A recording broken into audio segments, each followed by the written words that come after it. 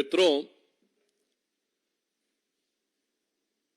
दिल्ली में आज भारत की राजनीति का एक बहुत विचित्र और विस्मयकारी दृश्य दिखने जा रहा है, क्योंकि वो लोग जो भ्रष्टाचार के विरुद्ध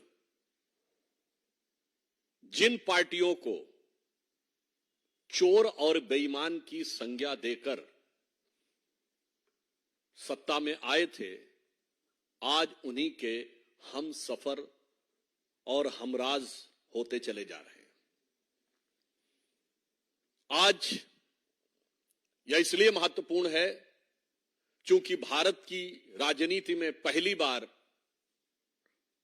उस राज्य में रैली हो रही है जहां का मुख्यमंत्री हिरासत से सरकार चला रहा है। और साथ देने वाले कौन कौन लोग हैं? वो पार्टियां हैं जिन पार्टियों के नेताओं का रिकॉर्ड कितना अद्भुत है। श्री लालू प्रसाद यादव जी 1997 में जेल जा चुके हैं। झारखंड मुक्ति मोर्चा के प्रमुख श्री शिबू सोरेन जी 2006 में जेल जा चुके हैं। डीएमके के नेता ए राजा और कनिमोझी 2011 में जेल जा चुके हैं। और करुणानिधि जी तो इतनी पुरानी बात हो गई है कि शायद आज की पीढ़ी को याद ही नहीं होगा, 24-25 साल पुरानी बात हो गई है। कांग्रेस के कई नेता, सुरेश कालमाणी जी जैसे नेता 2010 में जेल जा चुके हैं। समाजवादी पार्टी के नेता रहे स्वर्गीय मुलायम सिंह जी 2007 में आय से अधिक संपत्ति का मुकदमा उनके ऊपर दर्ज हो चुका था। और श्री राहुल गांधी जी और सोनिया जी जिस केस में बेल पर हैं, मुचलके पे हैं, वो 2013 में, अक्टूबर 2013 में दिल्ली हाई कोर्ट के आदेश पर हुआ था। बोफोर्स का केस 1987 में हुआ और एफआईआर 1990 में हुई। यह तथ्य मैंने इसलिए बताया, इसमें से कुछ भी 2014 के बाद का नहीं है। अतः मैं एक शब्द में कहना चाहूंगा कि ये सारे के सारे लोग, अगर आज कहा जाए तो अपने पुराने गुनाहों को छुपाने के लिए ये समस्त वो पार्टियां जो राम मंदिर की विरोधी, जिन्होंने हिंदू धर्म के समूल नाश जैसे संकल्प किए, हिंदू धर्म के देवी देवताओं पर अनेक आपत्तिजनक टिप्पणियां की, वो अपने पुराने भ्रष्टाचार के गुनाहों को छुपाने के लिए रामलीला मैदान में आज एकत्र हो रहे हैं। तो मुझे लगता है कि इसे यदि एक शब्द में कहा जाए तो हिंदी में एक कहावत होती है, चोरी ऊपर से सीना जोरी।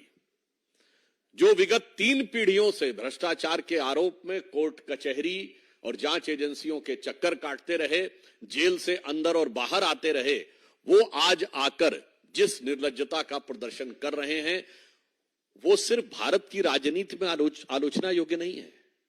मैं दूसरा एक बिंदु कहना चाहूंगा कि ये भारत की राजनीति में विश्वसनीयता के संकट का प्रतीक है, क्योंकि ये वही रामलीला मैदान है जहां से 12-13 साल पहले किस ढंग का एक सीन दिखता था, इंडिया अगेंस्ट करप्शन। और आज उसी रामलीला मैदान में everybody is with corruption, everybody is for the cover up of the corruption. और इसलिए तब इनके गुरु अन्ना हजारे होते थे, आज लालू प्रसाद यादव जी हैं। तब जिस पार्टी के लिए अपशब्दों का प्रयोग करते थे, भारत की राजनीति में उस समय तक इन शब्दों का प्रयोग सार्वजनिक रूप से नहीं होता था, चोर और बेईमान, आज उनके साथ हैं। तो मुझे लगता है कि राजनीति में विश्वसनीयता का संकट यही है। एक तरफ हम श्री नरेंद्र मोदी जी के नेतृत्व में राजनीति में विश्वसनीयता की प्रामाणिकता के प्रतीक हैं, ये विश्वसनीयता के संकट के प्रतीक है। हमारा यह सिद्धांत है, जो कहा वो किया। इनका सिद्धांत है, जो कहा ठीक उसका उल्टा किया। और अब तो इनकी हालत वो हो गई है कि मुझे लगता है गुनाह करते करते करते करते, भ्रष्टाचार करते करते 2-3 पीढ़ियों से इन पार्टियों की स्थिति ये हो गई है कि लज्जत कभी थी अब तो मुसीबत सी हो गई, मुझको गुनाह करने की आदत सी हो गई। अब आदत से मजबूर होकर वह इस प्रकार के कार्य कर रहे हैं। इसमें एक और मैं कहना चाहता हूं बात, वास्तविकता में जिस रैली को इन्होंने लोकतंत्र बचाओ रैली कहा है, वास्तविकता में वो परिवार बचाओ और भ्रष्टाचार छुपाओ रैली है। मैं पुनः कह रहा हूं, यह तथाकथित लोकतंत्र बचाओ रैली वास्तविकता में परिवार बचाओ भ्रष्टाचार छुपाओ रैली है, क्योंकि सभी भ्रष्टाचारी एक दूसरे का साथ देते हुए भ्रष्टाचार के भाईचारे में एक साथ हैं।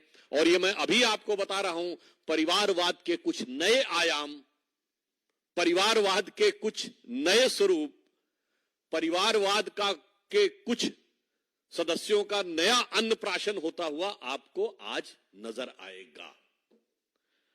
दूसरी तरफ, इसलिए मैं सिर्फ एक लाइन में कहना चाहूंगा, ये लोकतंत्र और मोदी विरोध तो सिर्फ बहाना है। वास्तविकता में अपने अपने भ्रष्टाचार और गुनाहों को बचाना है। और आपस में चाहे जितनी भी लड़ाई हो, पर भ्रष्टाचार को छुपाने के लिए एक दूसरे के साथ पूरी तरीके से दिल मिलाई है। जिसे अगर एक पंक्ति में कहें कि इस गठबंधन में किसी को नहीं दिखती कोई दरार, क्योंकि हर दीवार पर चिपके हैं मोदी विरोध के इश्तिहार। और इस सिरे से उस सिरे तक, ये पंक्ति को मैं थोड़ा परिवर्तित करके कह रहा हूं, इस सिरे से उस सिरे तक सब शरीके जुर्म हैं। कोई तो जमानत पर रिहा है और कोई है फरार।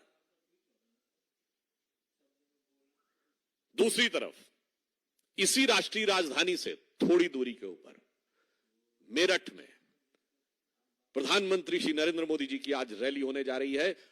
उस धरती से जो 1857 के प्रथम स्वातंत्र्य समर का उद्घोष करने वाली उस धरती के साथ पे खड़े होकर आज एक भारत श्रेष्ठ भारत के विचार का उद्घोष करने वाली, उस विचारधारा और परंपरा का निर्वाह करने वाली भारतीय जनता पार्टी, जिसने प्रथम स्वतंत्रता संग्राम कहा, उसका नेतृत्व करते हुए मोदी जी आज रैली करेंगे। और यहां पर उसी भारत के प्रथम स्वतंत्रता संग्राम को गदर, सिपाही विद्रोह, म्यूटनी कहने वाली, विदेशी विचारधारा के प्रभाव में रहने वाली, हिंदू धर्म भारतीय संस्कृति का अपमान करने वाली, भ्रष्टाचार में आकंठ डूबने वाली और विश्वसनीयता का राजनीति में संकट खड़ी करने वाली पार्टियों का एक स्वरूप नजर आएगा।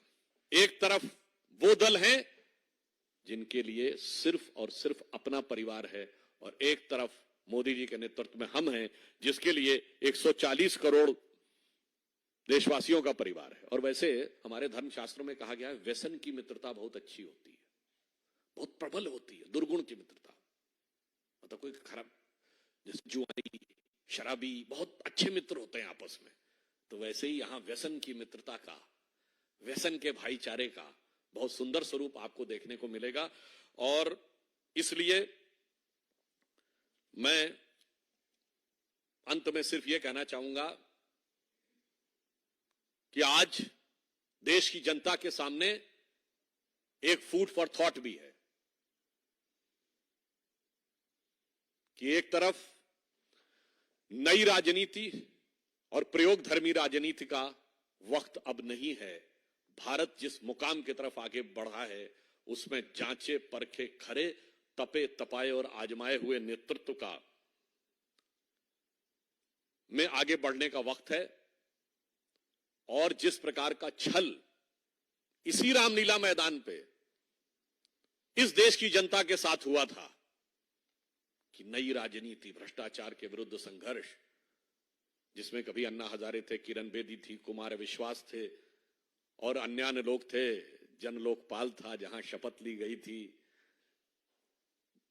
भ्रष्टाचार तो छोड़िए, सबका स्टिंग कर लेना।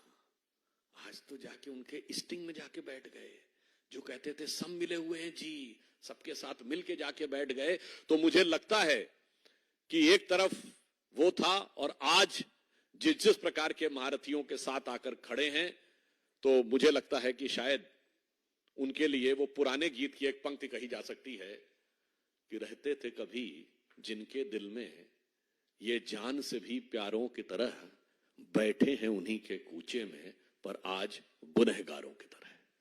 तो इन गुनहगारों को देश की जनता समुचित, उपयुक्त और प्रभावी प्रत्युत्तर देगी।